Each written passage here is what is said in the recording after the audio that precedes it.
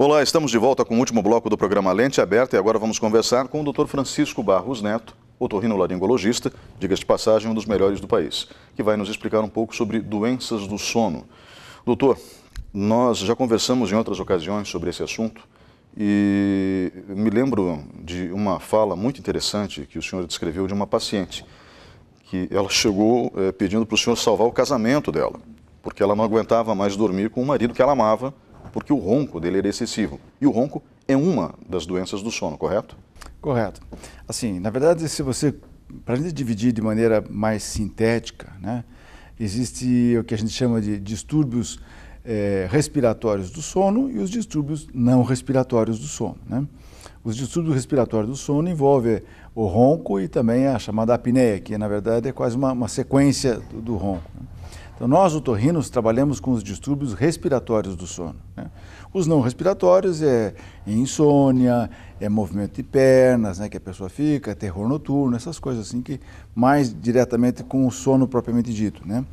Então, nós, otorrinos, trabalhamos com os distúrbios respiratórios, aquilo que envolva qualquer dificuldade da passagem do ar do nariz até o pulmão, né? Em relação a essas doenças do sono, particularmente as doenças respiratórias que são da sua área, nós vamos ter um workshop aqui em Ponta Grossa nos próximos dias, não é isso? Exatamente. Agora em novembro nós estamos, o Instituto do Sono está promovendo esse encontro, esse trabalho, para que possa orientar um pouco mais, dar um pouco mais de subsídios para os colegas, os médicos, né? Visto que a gente sabe que na formação, no curso, muito pouco se tem de importância ou formação, horas-aulas, né, para aquilo que você passa um terço da sua vida, né? Nós passamos um terço da nossa vida dormindo. Então, reconhecemos que deveria de ser dado um pouco mais de atenção na nossa formação como médicos para esse... na verdade, assim, não era feito antes porque também pouco se sabia assim, a respeito, né? São assuntos, matérias novas que vêm sendo pesquisados e estudados, mas que grande parte dos colegas médicos ainda não tem uma certa dificuldade na abordagem desse problema, né?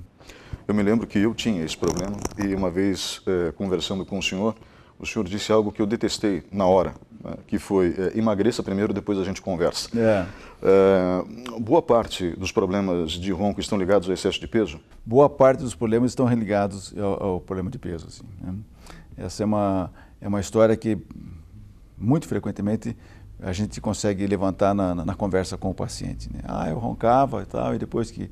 E piorou quando? Piorou uns 2 anos para cá, engordei uns 15 quilos, 20 quilos, uma coisa, né? Então é bem frequente isso.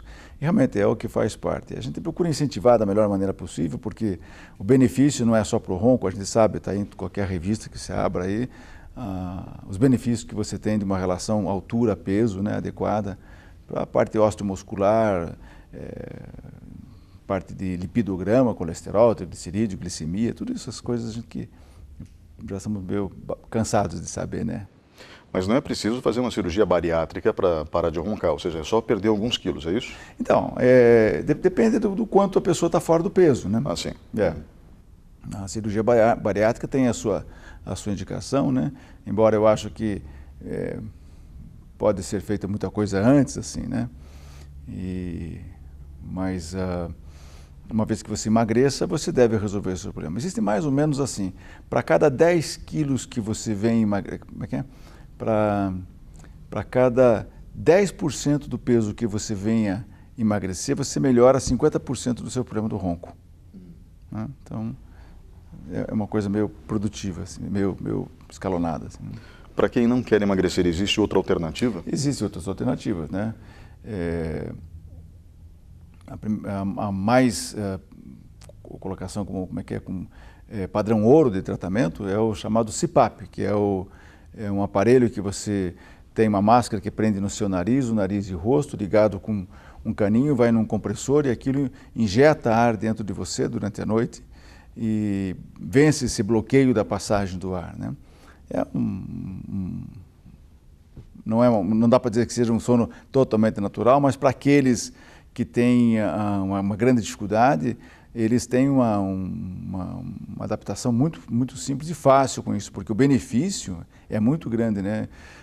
Esse é um exame que a gente faz ali no Instituto do Sono também, onde você dorme uma noite com um aparelho. E eu sempre brinco que tem alguns pacientes que terminam o exame e eles já armam uma confusão, né? Porque eles querem levar o aparelho embora. Porque há muito tempo que eles não dormiam uma noite oxigenando, né? Então eles acordam como se tivesse acordado de um sono de 100 anos, assim, né? Exagerando de maneira geral, né? Claro. Mas a melhora é muito grande mesmo, assim, né? Mas Essa é uma opção do tratamento para que eles... Às vezes não é só a pessoa que está em cima do peso. Eu tenho pacientes magros que precisam usar o CPAP. Ela chama-se CPAP, né? Não é o caso de cirurgia? E o equipamento custa muito caro antes disso?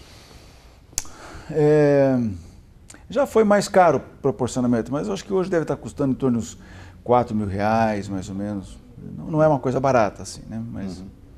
Mas isso, se você tratar isso, você salva a vida de uma pessoa, né? Claro. Eu tenho sempre dito aqui, a gente coleciona algumas informações aí que vem na mídia, né? Eu até mostro para os meus pacientes. Há uns 3 anos atrás, nós tivemos um buchicho aqui na indústria cinematográfica por conta da comemoração dos, acho que 30 anos daqueles filmes Guerra nas Estrelas, né? Uhum. Guerra nas Estrelas. E cuja protagonista era a princesa Leia, né? Que é a atriz Carrie Fisher, que acabou morrendo faz uns 2 anos aqui, né? E uma das causas que se levantou da morte dela é a apneia do sono. Então isso mata a gente. A apneia mata. A apneia mata. Essa foi uma das causas da morte dela. Impressionante. Então, isso não é brincadeira, isso tem que ser tratado mesmo, né? E a cirurgia é um dos tratamentos? A cirurgia também é um dos tratamentos. Se existe uma indicação para isso, com certeza, né? Mas não é para qualquer pessoa. Os magros, por exemplo, que roncam, qual é o problema deles normalmente? Então, assim, às vezes até uma cirurgia no magro pode resolver, porque ele pode ter uma hipertrofia, um crescimento muito grande das amígdalas dele, por exemplo, né? Uma vez que você livra disso, você resolve o problema. Isso a gente chama de cirurgias de partes moles, assim, né? Existem até cirurgias na língua que você pode fazer, pessoas que têm um volume de língua muito grande lá por trás, assim, né? O que a gente vê com certa frequência também são pessoas que têm uma alteração do esqueleto facial, né? De maneira bem rápida, assim, a gente classifica em 3 tipos de mordidas, assim, né? Tipo 1, a classe 1, que é aquela que você tem a junção do dente superior com o dente inferior bem certinho, né? A classe 3 é aquela que o sujeito tem o queixo mais para frente, né? E a classe 2 é o Noel Rosas, né? Que é aquele queixinho para trás, né? Então, como a musculatura da língua ela se prende na mandíbula, né? Se você tem uma mandíbula retroposicionada, quando você deita, tudo aquilo cai para trás, né? Então, é uma cirurgia ortognática, onde você avança a mandíbula e às vezes até a maxila, né?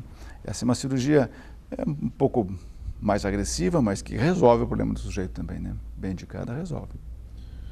Doutor, o senhor acabou de antecipar uma pergunta que eu ia fazer em relação ao risco de morte que existe no caso da apneia, né? Basicamente porque o ronco ele força o músculo cardíaco, seria isso? Vamos colocar assim, então, para aprender um pouquinho mais, se me permite, né?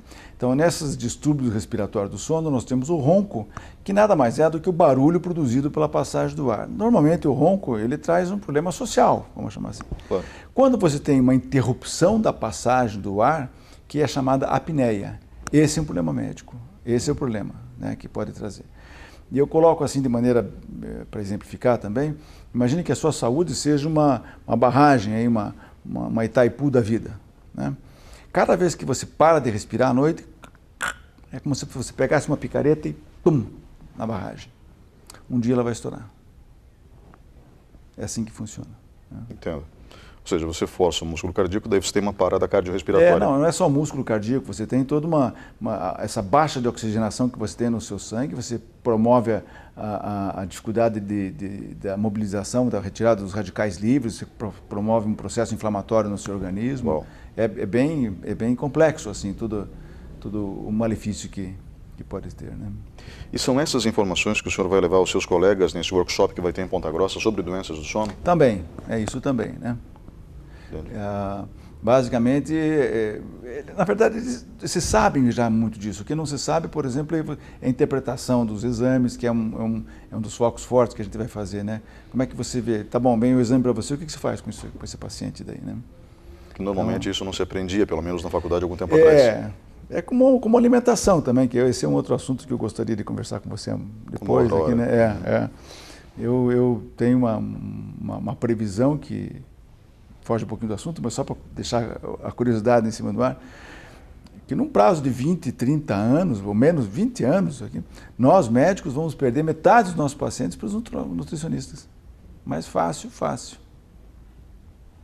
Então, se você está pensando em fazer medicina, né, talvez o curso de nutrição seja mais fácil, mais barato, e você vai ser um concorrente de peso com os médicos.